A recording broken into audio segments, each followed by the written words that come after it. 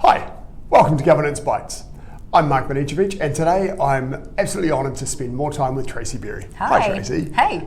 Tracey's a really experienced executive manager who has also got a lot of board experience. So she's got a background on both sides of this executive board equation. And her executive roles have been largely in banking through Kiwibank. And Westpac. And BNZ. Right. And TSB. So not all of them. No, but a lot of them the largest New Zealand banks and yeah. the higher end of the second level of banks as well, banks like TSB. And also has been on the board of the National Provident Fund, been the chair of Nikko Asset Management, New Zealand arm for a while, has been on the Financial Advice Disciplinary Committee, which is a body of people who does kind of the judgments and investigations on financial advisors who are misbehaving for over a decade. So a real breadth of experience in this kind of space. So I look forward to this conversation. Yeah, Thank you, Tracey. Great. Excited to be here. Now, the last conversation we had was around the culture in the board, and this time we're going to have a conversation around the culture between the board and the executive. And as I said before, you've been on both sides of that equation, so it'd be really interesting to get your thoughts on this. What I'd like to ask initially, what are some of the indicators of a healthy and effective culture between board and management? I think, so from my perspective, I distinctly remember the first time I was ever invited into the boardroom.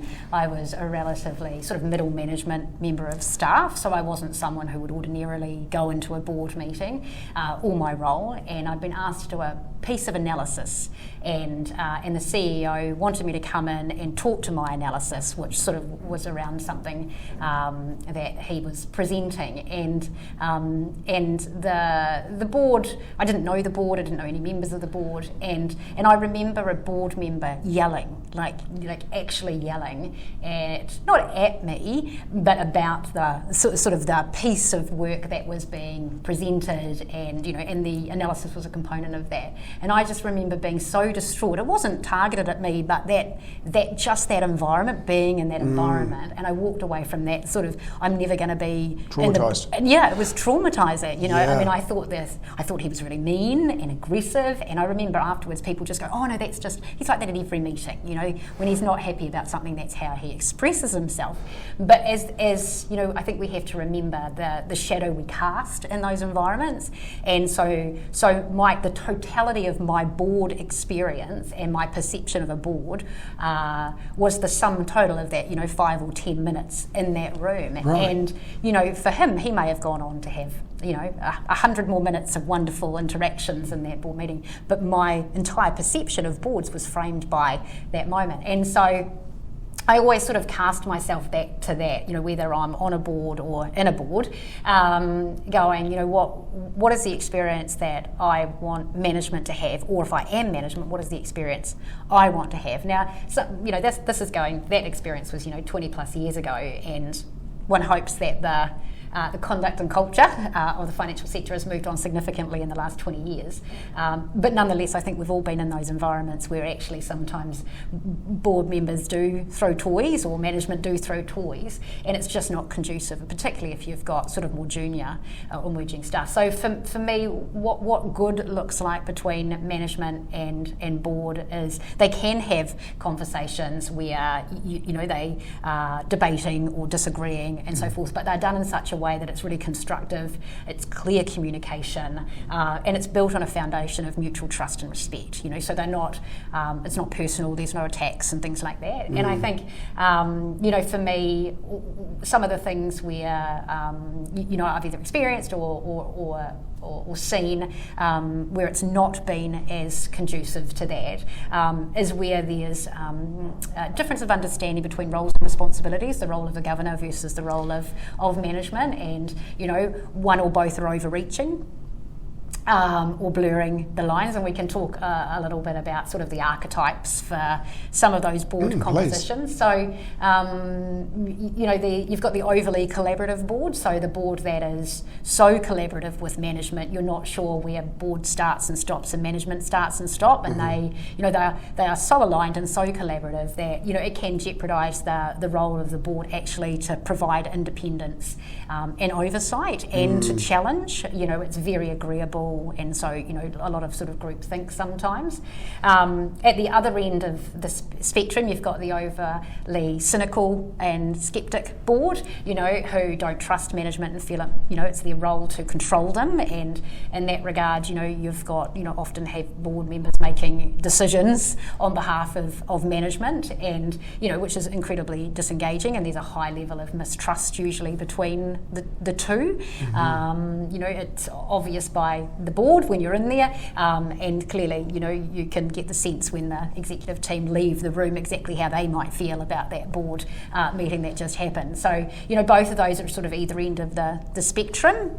And then you have the sort of the ones in the middle. I like to, we'll call it the advisory board, all care, no responsibility. So, really good, usually very talented and skilled board members, but perhaps what they're doing is providing advice to management actually rather than providing direction and decisions, and they're leaving it largely to management, sort of going, well, it's management's job. And I think it's imperative to remember that board members aren't bystanders or advisors. They've got skin in the game.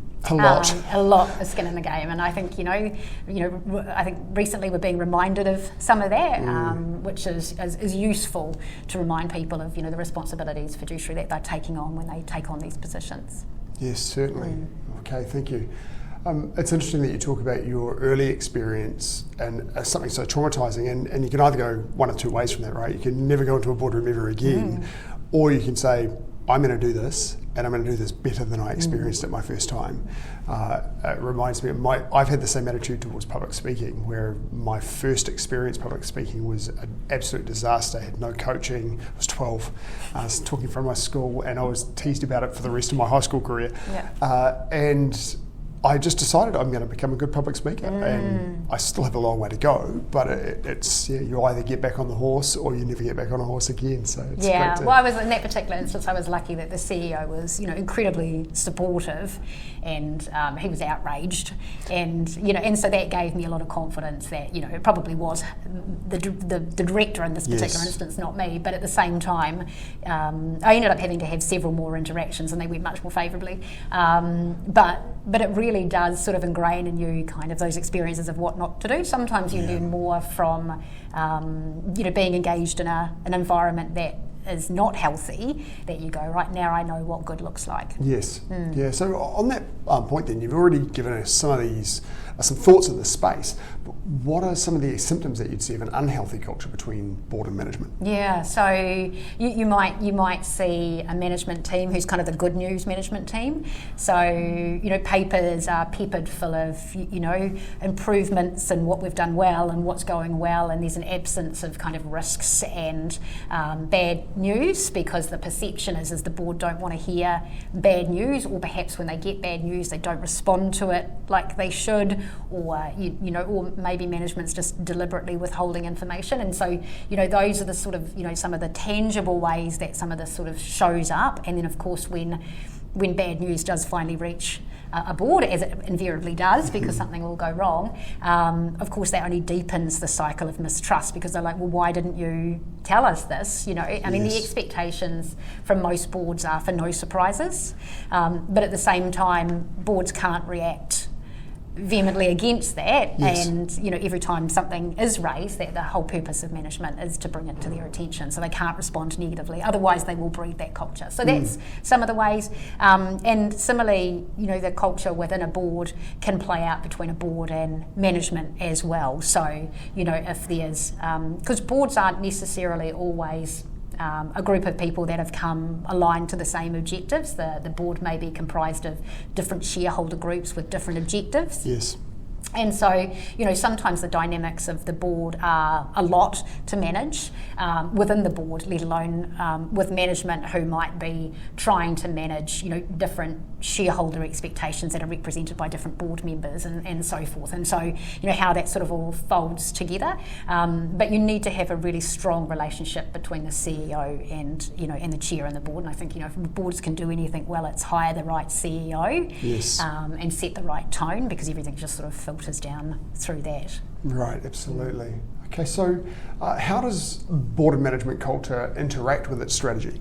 So, company's got a strategy. Does the board culture differ depending on what the strategy of the company is? Yeah, it should. So, company's strategy is, typically augmented or created by virtue of the board, and so, the board culture needs to align back to that strategy. So, if you've got a strategy and you're in a sector that maybe is very innovative and very growth focused, then it may require a culture that is higher in its risk taking appetite. Risk budgets will reflect that. There might be more autonomy provided, and so you've got this alignment between the culture that's showing up and the decisions that are being made and the organisational objectives that are being sought. Conversely, if you're in a highly regulated environment, then you may have a culture that is more focused on risks. Yes, more conservative. That's right. And so